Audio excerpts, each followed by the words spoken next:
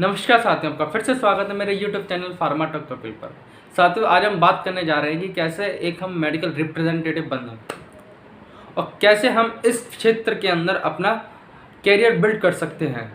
तो सबसे पहले हम जानते हैं कि एक मेडिकल रिप्रेजेंटेटिव होता क्या है, उसकी क्या ड्यूटीज़ होती है। साथियों, अगर हम बात करें कि मेडिकल रिप्रेजेंटेटिव का काम इतना होता है कि अपना एरिया, जो भी है एरिया होता है, उसके अंदर अपने मेडिकल प्रोडक्ट्स की डिटेलिंग करना, सेल्स को इन्हेंस करना और सारी चीज़ें, ये मेडिकल रिप्रेजेंटेटिव का बेसिक वर्क होता है। फिर सारी चीज़ें, बहुत सारी चीज़ें इनके फिर जुड़ जाती हैं इनके साथ में।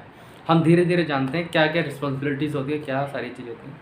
सबसे पहले हम जानते हैं कि क्वालिफिकेशन क्या है, कौन कौन स्टूडेंट्स हैं जो इस पोस्ट के लिए एलिजिबल हैं। तो जो भी बच्चे जो साइंस बैकग्राउंड से हैं वो बच्चे अप्लाई कर सकते हैं इन सब मेडिकल रिप्रेजेंटेटिव के लिए। अगर आप बैचलर ऑफ फार्मेसी हो, डिप्लोमा इन फार्मेसी हो, एम फार्म हो, आपका बैकग्राउंड फार्मेसी से है, तो आप बहुत अच्छा कर सकते हो फिर इस फील्ड में, और आपके लिए एक प्लस पॉइंट हो जाता है कि आप फार्मा बैकग्राउंड से हो। एंट्री लेवल की अगर हम बात करते हैं तो फ्रेशर से ही सबकी चीज़ें स्टार्ट होती हैं। तो फ्रेशर्स में भी ना बहुत सारी कंपनियां हैं, लेकिन बहुत सारी में से ना बहुत लिमिटेड कंपनियां जो फ्रेशर्स को लेती हैं। जैसे एलेम्बिक फार्मास्यूटिकल्स है, सन फार्मा भी लेती है फ्रेशर्स को, और आपकी माइक्रो लैब भी लेती है बच्चों को, जो फ्रेशर्स बच्चे, और बहुत सारी है कंपनियां जो फ्रेशर्स के रूप में बच्चों को लेती हैं। एंट्री लेवल की अगर बात करते हैं कैसे हम मेडिकल रिप्रेजेंटेटिव बनते हैं, तो बहुत सारी कंपनियां अपने अपने इंटरव्यूज़ कंडक्ट कराती हैं। एक इंटरव्यू होते हैं सारे बच्चों के जिनको एक मेडिकल रिप्रेजेंटेटिव बनना है। तो इसमें कुछ कुछ कंपनियों ने अब शुरू कर दिया है कि ऑनलाइन टेस्ट भी पहले कराती है, फिर उसके बाद में जो ऑनलाइन टेस्ट होता है एक बेसिक नॉलेज के लिए होता है कि आप, वो कंपनी जानना चाहती है कि आप में नॉलेज कितनी है इस फील्ड के बारे में। तो एक बेसिक सा टेस्ट होता है, फिर उसके बाद इंटरव्यू होता है। तो इंटरव्यू थोड़े से ना 3 या 4 प्रोसेस के अंदर होते हैं, जिसके अंदर सबसे पहले आपका एरिया मैनेजर आपका इंटरव्यू लेता है।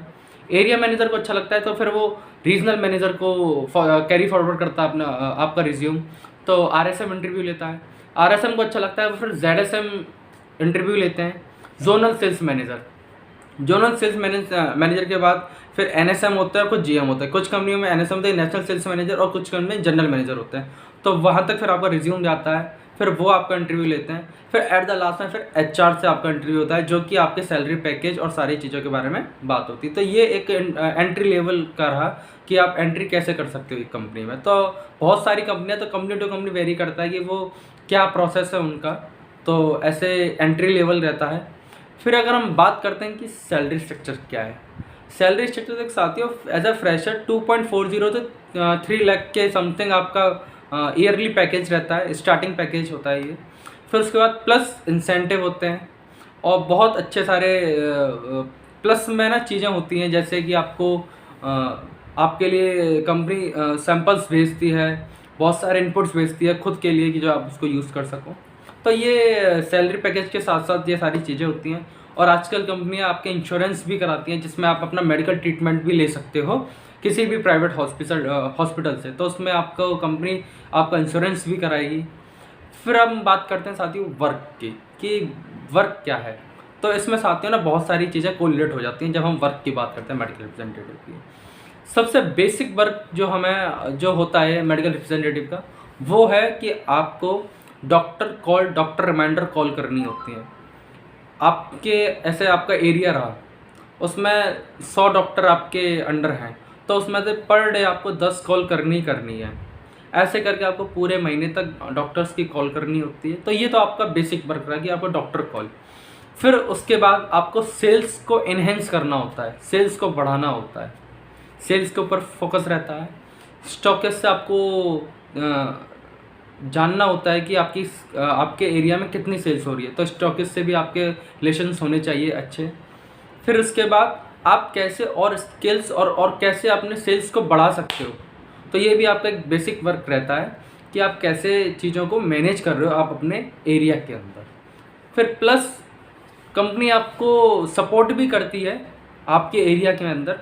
जो आपके पोटेंशियल डॉक्टर है, बहुत अच्छे आपके प्रिस्क्राइबर है, तो उनके लिए बहुत सारी चीज़ें भी दी जाती हैं एज अ सैम्पल।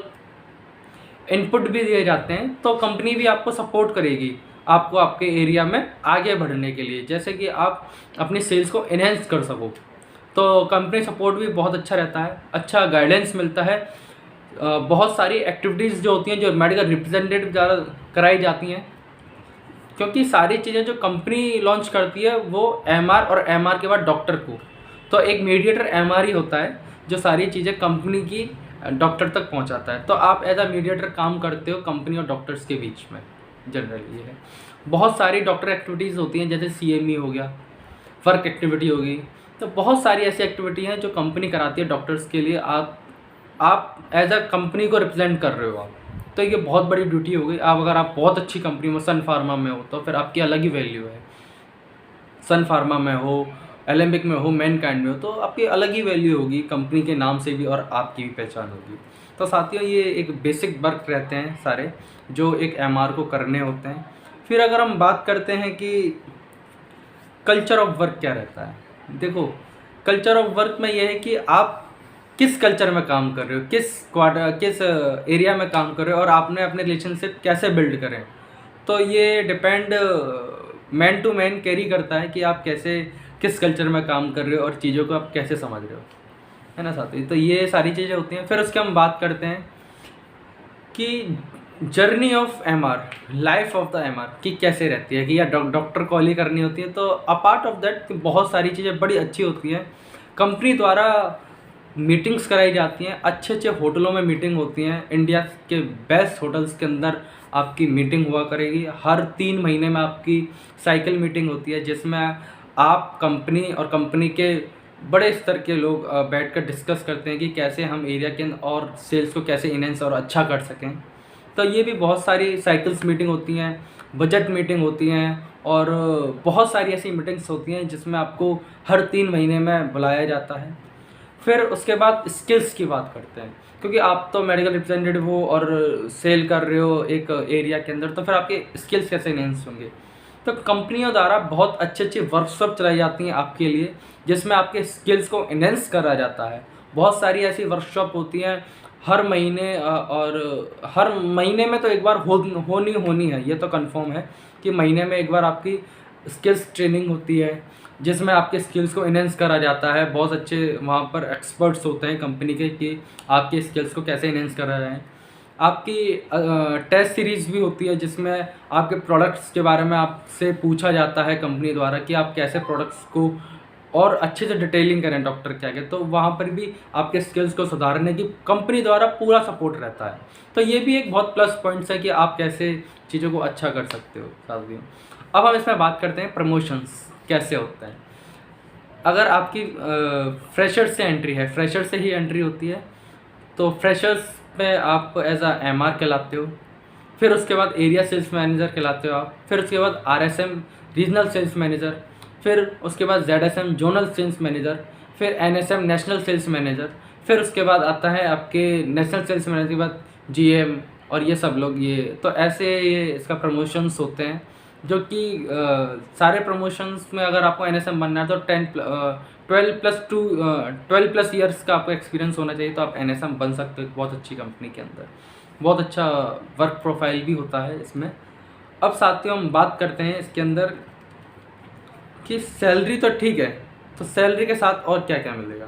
देखो सैलरी प्लस आपको टीए डीए मिलता है, डॉक्टर कॉल का भी आपको पेड कॉल होती हैं सारी, इंसेंटिव तो है ही है। बहुत सारी ऐसी चीज़ें होती हैं जो कंपनी आपको प्रोवाइड कराती है। तो बहुत अच्छी जर्नी है, बहुत अच्छी लाइफ ग्रोथ है इसके अंदर अगर आप अच्छा सेल्स कर रहे हो। और मैं तो ये कहना चाहूँगा कि अगर आप एमआर हो तो एमआर से देखो क्या होता है कि हम जो भी हमारा डिस्ट्रिक्ट होता है, जो भी हमारा हेडक्वार्टर होता है, उसके अंदर हम अच्छे अच्छे हाईली क्वालिफाइड डॉक्टर्स से और हाईली क्वालिफाइड कम्युनिटी से हम मिलने का हमें मौका मिलता है, इंटरेक्शन करने का मौका मिलता है। तो हम बहुत सारी ऐसी चीज़ें अपने प्लस स्किल्स में कर सकते हैं और बहुत ज़्यादा कर सकते हैं आने वाली टाइम में। तो इसको हम एक प्लस पॉइंट मानेंगे अपने लिए। अगर साथियों आपको ऐसे ही अगर आपको कैरियर बिल्ड करना है एमआर में, तो आप मेरा वीडियो देख सकते हो और इसके बारे में पता कर सकते हो कि एमआर कौन होते हैं, कैसे होते हैं। ऐसे ही फार्मर रिगार्डिंग अपडेट पाने के मेरे चैनल को लाइक करें, शेयर करें, सब्सक्राइब करें। जय हिंद, जय भारत।